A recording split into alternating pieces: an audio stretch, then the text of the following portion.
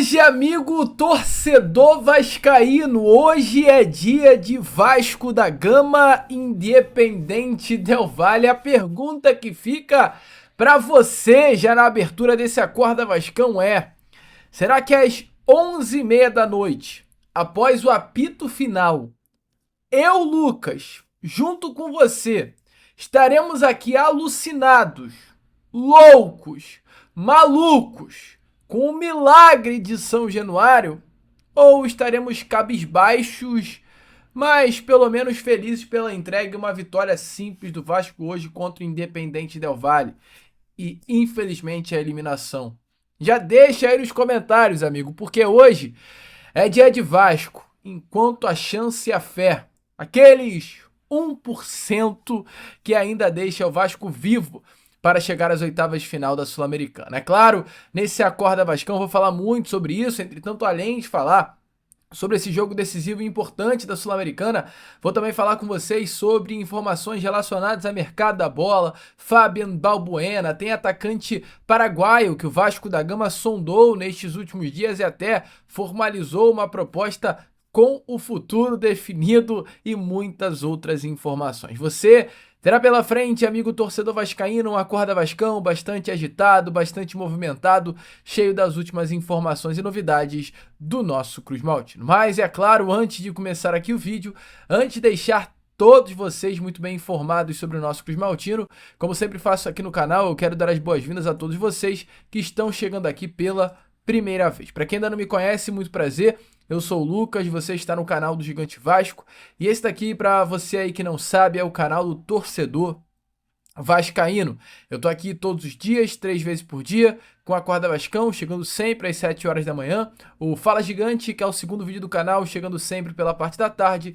E o Boa Noite Gigante, terceiro e último vídeo do canal do Gigante Vasco, chegando sempre pela parte da noite, para fechar o seu dia com chave de ouro e as últimas informações do nosso Vascão. Então, é claro, você, amigo torcedor vascaíno, que ainda não é um inscrito do canal, não perca tempo e venha correndo aqui embaixo, onde tem essa palavrinha, inscreva-se. Clique nela e já venha fazer parte da nossa família. O Lucas, conto muito com você, conto muito com o seu apoio, com o seu like, o seu joinha, o seu gostei, que é de suma importância para o crescimento e a divulgação do nosso conteúdo. Show? Vambora então, amigo vascaíno, sem muita enrolação, né? Falar logo de Vasco. Eu quero começar aqui esse Acorda Vascão com uma informação que pelo menos me anima e muito, né? Porque tivemos ontem algumas imagens divulgadas do treino que aconteceu na Granja Comari para a primeira fase de preparação da categoria Sub-17 para o Sul-Americano de 2026. A seleção brasileira da categoria 17, ela se prepara para esse Sul-Americano que estará acontecendo no início do ano que vem, e aos pouquinhos, né, algumas convocações estão acontecendo para preparar o elenco para essa grande competição. E por que eu, Lucas, estou falando sobre isso com vocês aqui no canal do Gigante Vasco? Porque ontem, né, no treino da Granja Comari, tivemos 2 representantes do nosso Cruz Maltino. O Breno Salles, baita jogador aí do nosso Vascão, um cria, uma promessa, um jogador que tem de fato, né, um futuro pela frente gigantesco, um baita zagueiro, chegou ao Vasco ainda muito jovem, que além da posição de zagueiro também consegue atuar na lateral do campo, né? É um canhoto e consegue atuar com bastante qualidade também pelo lado esquerdo. E o Diego Minetti, que é um dos grandes nomes dessa categoria. Para quem acompanha aqui o meu canal sabe muito bem que constantemente eu falo do nome desse garoto, Diego Minetti. Anota esse nome.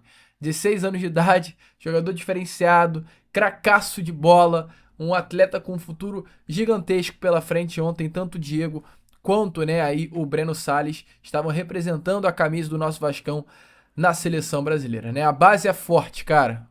É Diego Minetti, é Breno Salles. Ontem tivemos a informação do Luiz Gustavo aparecendo também na convocação para a seleção brasileira sub-20. É só valorizar essa base, porque ela terá muito a entregar. E fica a dúvida, será que hoje veremos algum atleta da base nesse jogo do Vasco? Não sei, amigo. O que eu sei é que hoje é dia de Vasco da Gama Independente Del Valle, né? O Vasco da Gama que precisa golear o clube equatoriano hoje no Caldeirão. Tomou de 4 na terça-feira passada no Equador e hoje precisa vencer de 4 para conseguir a classificação para as oitavas de final. Aliás, é vencer de 4 para ir às penalidades máximas, né? 5-0 apenas, ou 6-1, ou 7-2, que garante a classificação direto para as oitavas de final da competição. É de fato um milagre do Caldeirão, uma vitória longa, né, para levar o confronto para as penalidades máximas. Na história do Vasco da Gama, o Vasco já venceu jogos por goleada. São ao todo 51 partidas internacionais, tá? Tendo pelo menos essa vantagem de 4 gols, sendo que dessas 51 partidas, 9 delas em competições internacionais oficiais. A última grande vitória do Vasco da Gama sobre uma equipe, né, disputando a Copa Conmebol Sul-Americana ou a Libertadores, uma competição do continente sul-americano, ocorreu no ano de 2018, quando o Vasco, ainda na pré-Libertadores daquela temporada, enfrentou a equipe boliviana do Jorge Wilstermann. O Vasco vence em São Januário pelo placar de 4-0, mas acaba perdendo, né, jogando inclusive na Bolívia pelo mesmo placar, mas acaba passando nas penalidades máximas. Hoje, o caminho é inverso. Se em 2018 o Vasco vence o primeiro jogo e perde o segundo, agora em 2025 o Vasco perdeu o primeiro jogo e precisa correr atrás na segunda partida, né? Algo que, inclusive, olhando a possibilidade de passar direto para a fase das oitavas de final, ou seja, vencendo por 5 gols de diferença, ocorreu já 29 vezes ao longo da história do nosso Vascão. E teve vitória contra grandes equipes, tá? Um 5-0 contra um Benfica, um 6-1 contra a seleção da Iugoslávia, um 7-2 contra o Barcelona.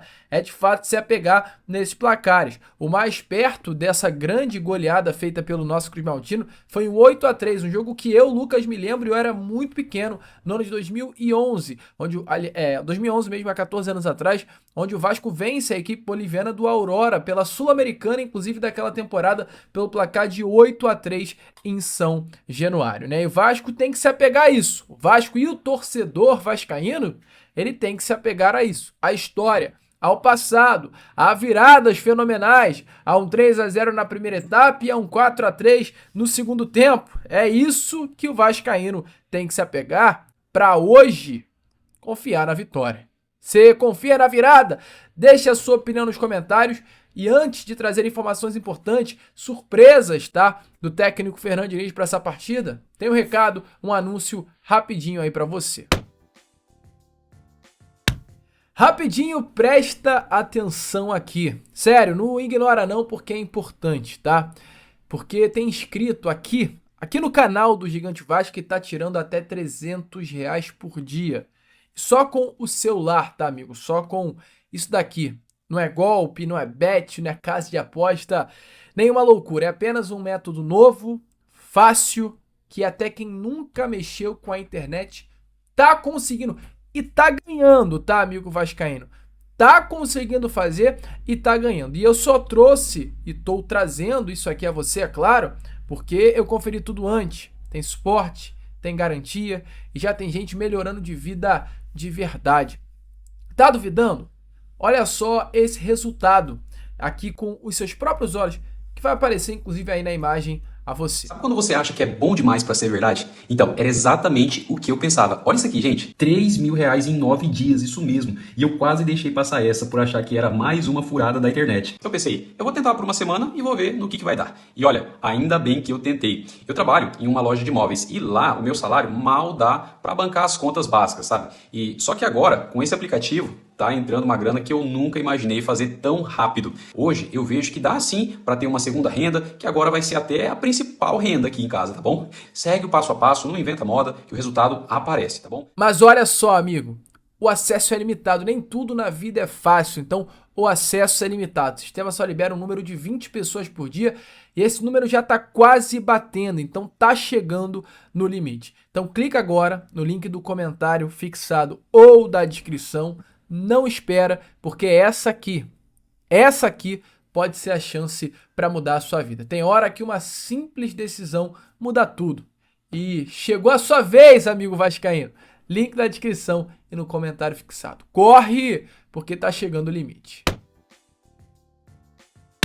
Bom, amigo torcedor vascaíno, o recado tá dado, né? Então vamos embora aqui para o segundo bloco deste Acorda Vascão, falar sobre as surpresas do técnico Fernando Diniz. Ontem, o elenco Cruz Maltino fechou a preparação para enfrentar a equipe do Independiente Del Valle nessa noite de hoje no Caldeirão de São Januário. vimos sim algumas novidades nos treinos. A principal delas, né, uma grande mudança feita pelo técnico Fernando Diniz no elenco principal. Infelizmente, o zagueiro titular e canhoto Lucas Freitas, que inclusive foi responsável por marcar o gol neste último sábado, ele contraiu uma forte gripe, não treinou ontem com o grupo, e a dúvida para essa partida de hoje, a expectativa é que inclusive ele não participe do jogo contra a equipe do Independente Del Valle, e o técnico Fernando Diniz tem que pensar num substituto.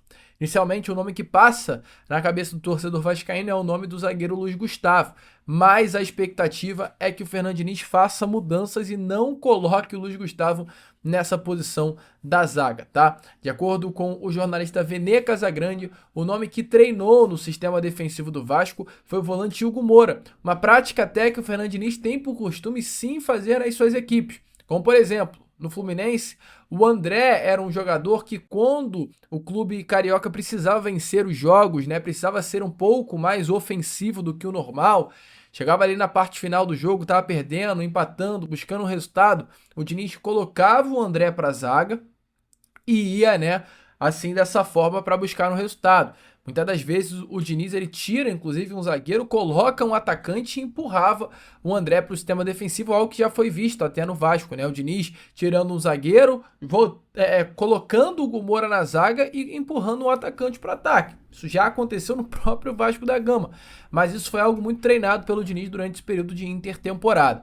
Então, com a ausência do Lucas Freitas, a necessidade de uma vitória contra o Independente Del Valle, porque o Vasco entra em jogo perdendo por 4-0, o Hugo Moura foi testado aí no sistema defensivo, tá? Ao lado, inclusive, do zagueiro João Vitor. Além do Hugo Moura treinando no sistema defensivo, outro nome também treinou numa posição diferente da sua original foi o zagueiro Lucas Oliveira, que nem vem aparecendo, né? O Lucas Oliveira é um jogador que não está sendo bem utilizado pelo técnico Fernando Diniz, um nome que sumiu, inclusive, da lista de relacionados, mas no treino de ontem, de acordo também com informações do jornalista Vene Casagrande, ele treinou na lateral direita do Vasco. Importante trazer também aqui a vocês, o Puma é um jogador que não vem sendo utilizado pelo treinador, Fernando Diniz não gostou, né, do lateral direito, das características, do estilo de jogo, tá deixando o Puma de lado e tá começando a buscar alternativas ali para aquela posição diante de uma ausência que é possível de acontecer sim do lateral direito Paulo Henrique. Um nome que está sendo testado ali é o Lucas Oliveira, inclusive ontem chegou a treinar em alguns momentos na posição da lateral. Mas mesmo com o Lucas Oliveira na lateral, a expectativa é que ele não comece. O Paulo Henrique sim venha a ser o titular do nosso Vascão. Com o Vasco entrando em campo, né? Com o Léo Jardim no gol, Paulo Henrique na direita, João Vitor e Hugo Moura formando o sistema defensivo e Vitor Luiz na lateral esquerda por conta da suspensão do Lucas Piton. Um meio-campo composto por Jair Tietê, uma dupla de volante, e a expectativa é que o Vasco vá a campo com o Nuno aberto pela esquerda, Garré aberto pela direita e à frente Ryan e Pablo Verrete. Mais um 4-4-2 do técnico Fernando Diniz, tá? Sendo que o Garré e o Ryan variando ali de posição, às vezes o Garré caindo pela direita, às vezes o Ryan caindo por ali, às vezes um atacando mais o espaço do meio. É o Fernando Diniz fazendo as suas modificações no time principal. Entretanto, se temos, aliás, além de ter novidades, né, no time titular, também teremos novidades na lista de relacionados. Leandrinho volta à lista de relacionados para esse jogo de amanhã, com a ausência do Piton. Leandrinho vai ganhar a oportunidade de voltar ao time do Vasco da Gama. O Puma Rodrigues também deve retornar à lista de relacionados após ficar de fora da partida desse último sábado.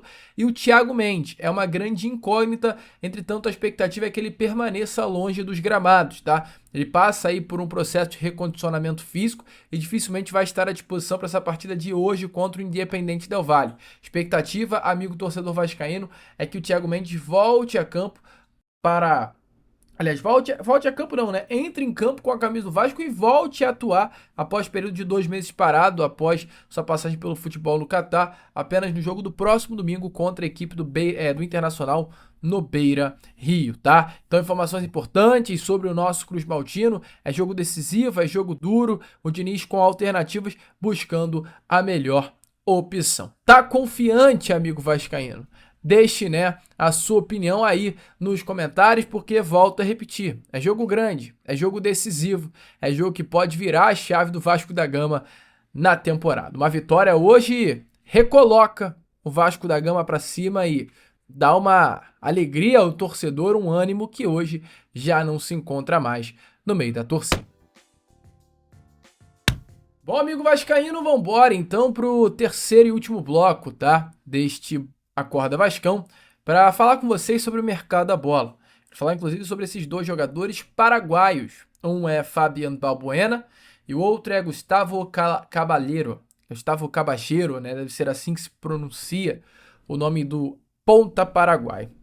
Gustavo Cabacheiro era um jogador, ou aliás, é um jogador paraguaio de muito destaque. Vestiu a camisa, né, do Nacional nestes últimos 2 anos.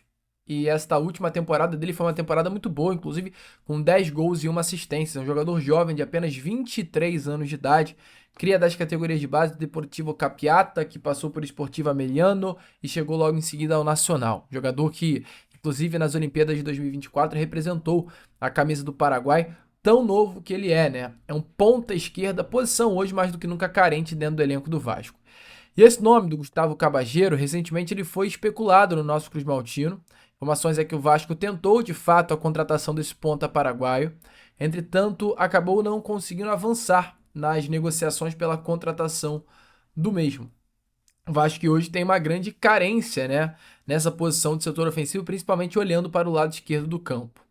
E diante dessa situação, amigo torcedor vascaíno, o Vasco parado no mercado, ontem tivemos, infelizmente, a informação que o Santos acertou a contratação de Gustavo Cabacheiro. O Santos fechou um contrato com o Nacional do Uruguai pela compra de 50% dos direitos econômicos do ponta paraguaio, pelo valor apenas de 9 milhões de reais.